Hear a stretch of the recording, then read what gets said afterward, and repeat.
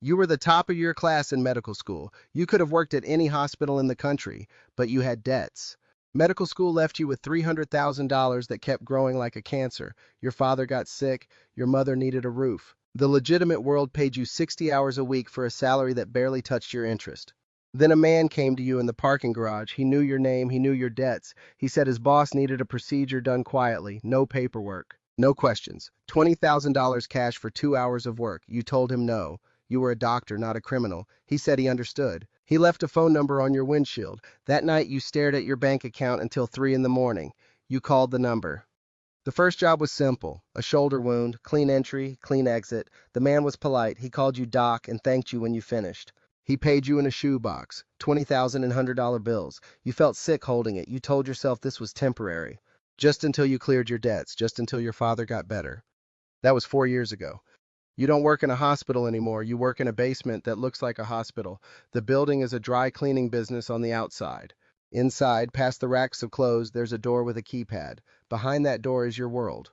You have everything you need, an anesthesia machine, sterile instruments, fresh from black market dealers who don't ask questions. You even have a scrub nurse named Rosa. She used to work at County General until she took money to lose a rape kit. Now she works for you. She never asks names either. The room has no windows. The floor drains into a special system that can handle more blood than a normal drain should handle. There's a crematorium 2 buildings over that takes your medical waste. You don't know who owns it. You don't want to know. Your phone is a burner. You get a new one every month. The only people who have the number are middlemen. They call you the mechanic. Your phone rings at 2:47 a.m. You were sleeping in the small room above the clinic.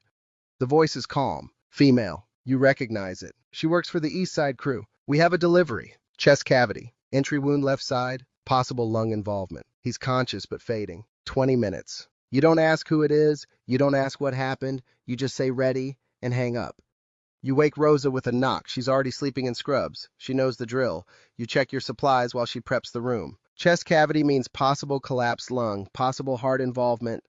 The back door opens without a knock. 3 men enter. 2 are carrying the third. The carried man is young. His shirt is soaked black with blood. He's trying to breathe, sucking chest wound. Without help, he has maybe 10 minutes.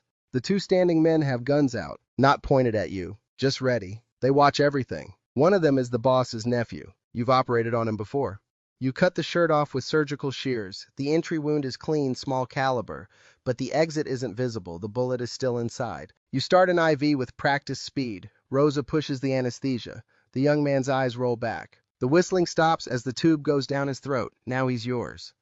You make the incision between the ribs, the intercostal space. Blood pours out immediately, too much blood. You suction fast and spread the rib retractor. The crack of bone echoes in the concrete room. You've opened his chest like a book.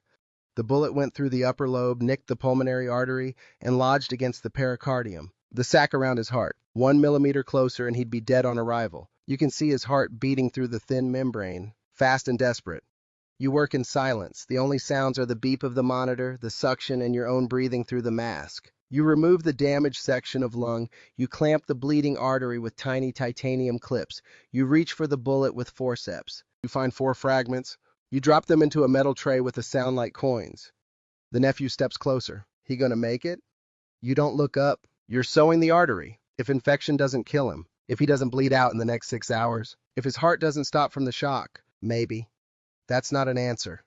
It's the only one I have. You finish the lung repair. You close the chest with steel wire. You leave a drainage tube sticking out of his ribs. It will drain blood and fluid for days, if he lives that long.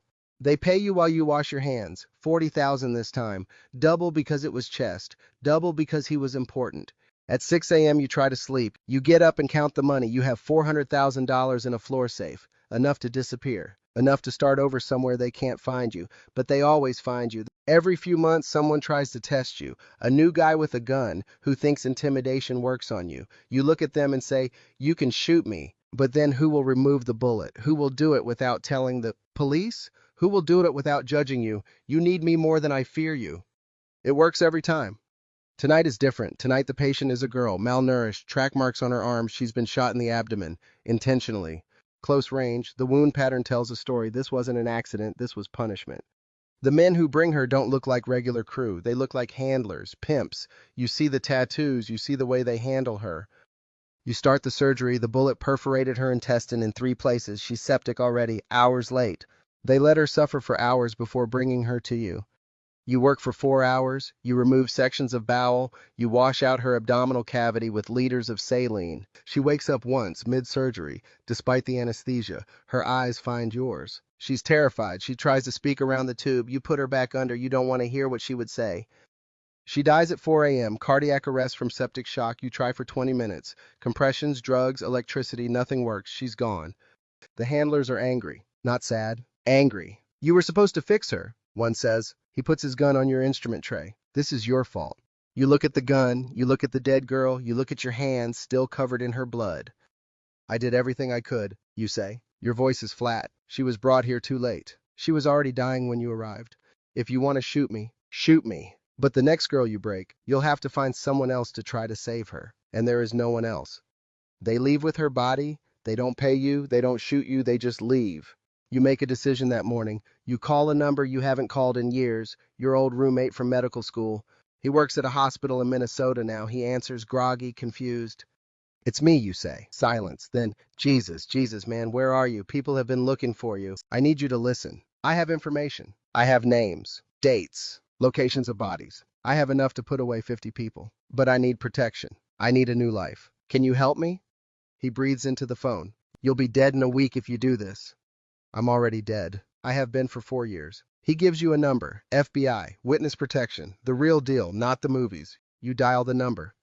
The voice that answers is professional, tired. I have information, you say. I have surgical records.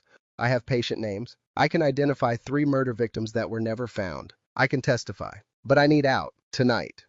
They ask questions. You answer. They tell you to stay put. A team is coming, 6 hours. Don't leave. Don't call anyone. Act normal. You hang up. You look at your phone. You think about the text from this morning. Stand by. The bonus. The next job. You go upstairs. You pack a small bag. Clothes. The photo of your parents from before your father got sick. Your real medical degree. You wait. At hour 5, your burner rings. Unknown number. You shouldn't answer. You do anyway. Doc, says the voice. The female voice. The East Side middleman. We have a problem. The girl, the one from last night. Her people are asking questions. They think you talked. They think you called the cops. I didn't. I believe you. But they don't. They're coming to see you. 30 minutes. Maybe less. There's a car outside, she says. Black SUV. Get in. I'll take you somewhere safe. Not the cops. Somewhere better. You think about the FBI team. 20 minutes away. You think about the gangsters. 10 minutes away. You pick up your bag. You walk out the door. The SUV starts. And your story continues or it ends depending on which door you choose.